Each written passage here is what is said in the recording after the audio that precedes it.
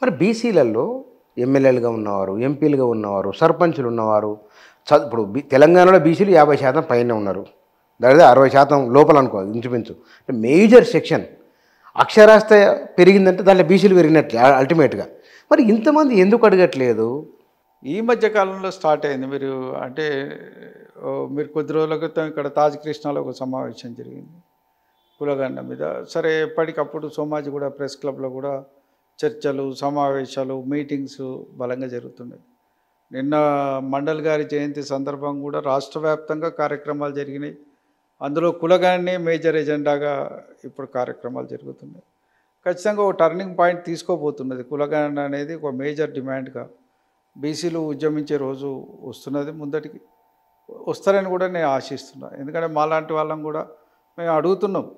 ఎందుకంటే కేంద్ర ప్రభుత్వం నిస్సిగ్గుగా, ఎందుకంటే బీజేపీ ప్రభుత్వంతో కూడా మనం ఒక మాట చూస్తే 2018లో ఒక దశ బీజేపీ ప్రభుత్వానికి రాజ్యసభలో సంపూర్ణమైన మెజారిటీ లేదు. National backward class commission bill చాలా రోజులుగా పెండింగ్ పడింది. ఒక దశలో ఎట్లా ఆలోచించాలంటే జాయింట్ సెషన్ పెట్టి బిల్లు పాస్ చేద్దామనే ఆలోచన కూడా వచ్చింది. మాకు పార్లమెంటు పోయినప్పుడు కొత్త ఇక మాకు అన్నీ వింటుంటాం. పార్లమెంటు ఈ బిల్ పాస్ కావడానికి జాయింట్ సెషన్కి వస్తారు, జాయింట్ సెషన్ పెడతారు. ఈ లోపల ఏం చేసినంటే అందరితో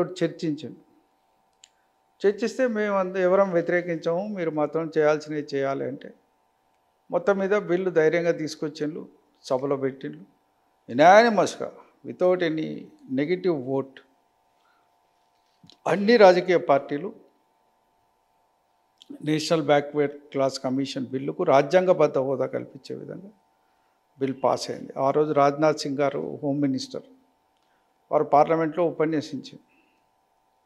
అందులో చెప్పిండ్రు, మేము ఖచ్చితంగా కులగణన చేస్తాం, చాలా ఏళ్ళుగా చేస్తలేరు, దానివల్ల అన్యాయం అయిపోతున్నాయి, తప్పనిసరిగా ఈ బీసీ ఇది పెడుతున్నాం కాబట్టి కులగణన చేసి వారి నాయకత్వాన్ని బలోపేతం చేస్తామని చెప్పి మాట్లాడిండు. ఈవెన్ ఆగస్టు 31 నాడు హోమ్ మినిస్ట్రీ ఒక రోడ్ మ్యాప్ కూడా కులగణన మీద, జనగణన మీద ఒక రోడ్ మ్యాప్ కోసం కూర్చున్నారు. దానిలో ఓబీసీ కులగణన చేయాలనేది తీర్మానం చేసినారు. అది కూడా ప్రెస్కి రిలీజ్ చేసినారు. నేను మాట్లాడుతున్నాయని documentations, it is nothing, it is ఏవో స్టేట్మెంట్స్ కాదు ఇవి, ఇది డాక్యుమెంటేషన్. పార్లమెంట్లో జరిగింది. కానీ మినిస్ట్రీ యొక్క నెలవారీ సమావేశాలలో సమీక్షలో ఇచ్చిన ప్రెస్కి ఇచ్చిన వాళ్ళే, మినిస్ట్రీ ఇచ్చింది ప్రెస్కు, చేస్తామని ఇచ్చిండ్రు. ఈ ఇంప్రెషన్స్ ఇచ్చి పార్లమెంట్లో ఏం చేసిందంటే ఎండ్లో ఎకనామికల్లీ వీకర్ సెక్షన్ బిల్లు తెచ్చిపెట్టిండు. ఓబీసీలది మాట్లాడుతూ ఇది వచ్చింది, ఇది పెట్టిండు. ఇది పెట్టి అగ్రకుల పేదలకు మనం ఇవ్వాలి కదా, దాంట్లో కూడా పేదలకే ఇవ్వమంటున్నాం కదా మేము అని చెప్పింది. ఆ బిల్లు పాస్ చేసుకున్నారు. 2019 ఎన్నికల్లో అబ్సల్యూట్ మెజారిటీ తెచ్చుకున్నారు. తర్వాత టోన్ మార్చి. ఎందుకు అట్లా? నరేంద్ర మోదీ బీసీ అంటారు కదా, ఆయన అన్నా కూడా అది ఉట్టిదే, అది ముచ్చట. నేను పార్లమెంటరీ కమిటీలో మేము యునానిమస్ తీర్మానం చేసినాం. మా పార్లమెంటరీ కమిటీలో ఓబీసీ స్టాండింగ్ కమిటీ ఆన్ పార్లమెంట్లో యునానిమస్గా ఒక తీర్మానం చేసినాం, జనగణన జరగాలి. అది ముఖ్యమంత్రి ప్రైమ్ మినిస్టర్ పేరు మీద కూడా తీర్మానం రాసి పంపినాం. I have raised number of times in the house.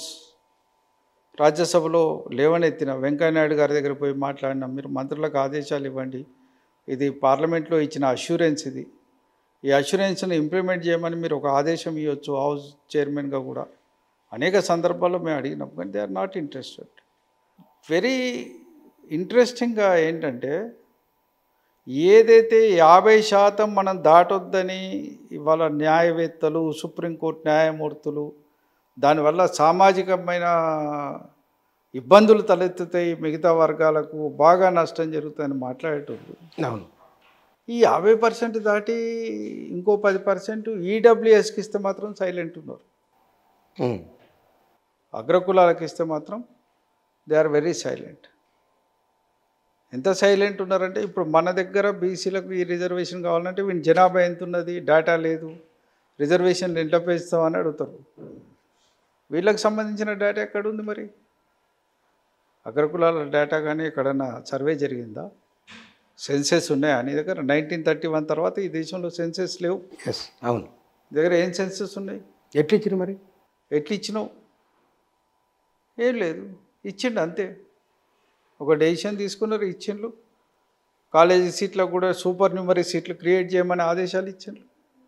అన్ని రకాలుగా ఇచ్చిండ్రు. ఒక్క బీసీల కాడికి వచ్చేవరకే రిస్ట్రిక్షన్స్.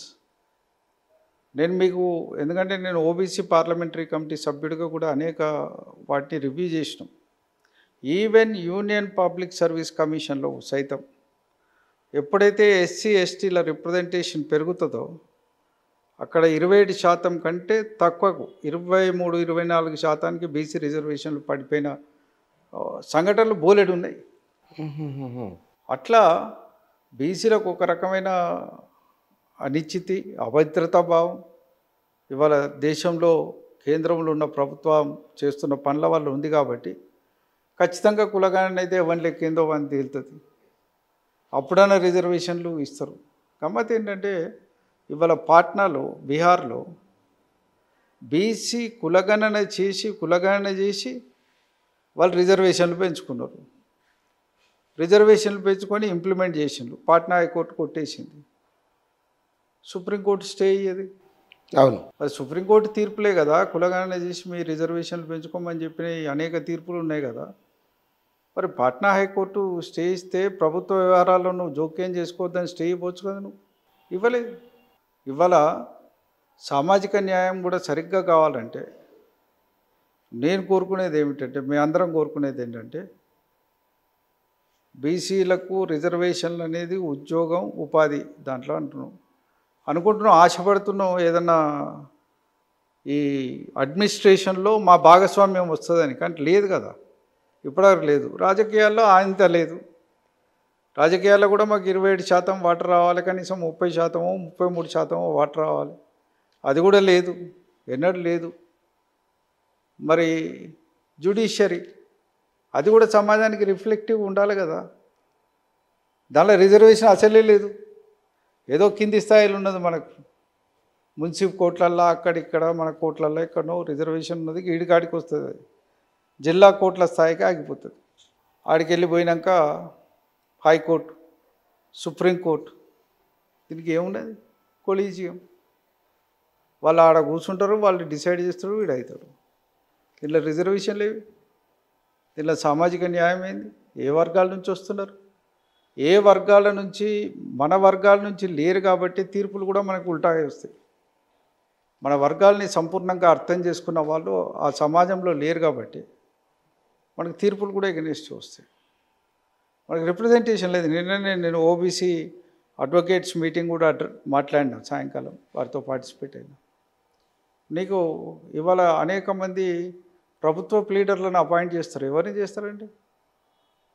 మనోడు బయోడేటాలు పట్టుకొని తిరిగి చావాలి. దాంట్లో మనోళ్ళ పేర్లు ఎక్కడుంటే దేవులు ఆడుకోవాలి. మనం what is the percentage they are giving?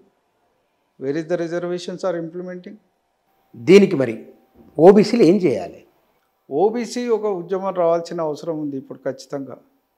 నా ఉద్దేశం ఏంటంటే, మీరు ఏదైతే ఇప్పుడు ఒక మాట అన్నారో, విద్యావంతులు కూడా పెరిగిండ్లు, ఓబీసీలలో చైతన్యవంతమైనలు, విద్య కొంత పొందిండ్లు.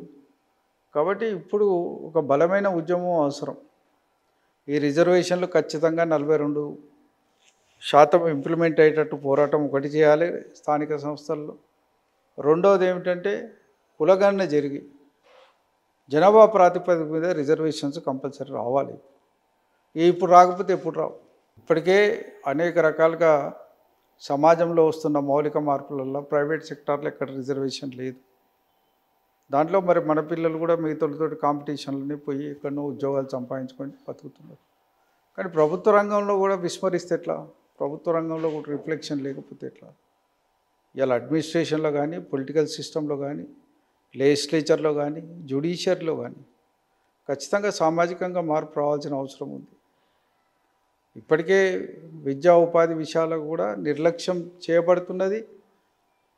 ఇవ్వాల్సిన రిజర్వేషన్లు కూడా నిర్లజ్జగా తిరస్కరించబడుతుంది. చాలా సందర్భాల్లో మీరు స్టడీ చేసి చూడండి. రిజర్వేషన్స్ 100% ఇంప్లిమెంట్ కావు. మరి ఆవేదన అందరి లోపల ఉంది.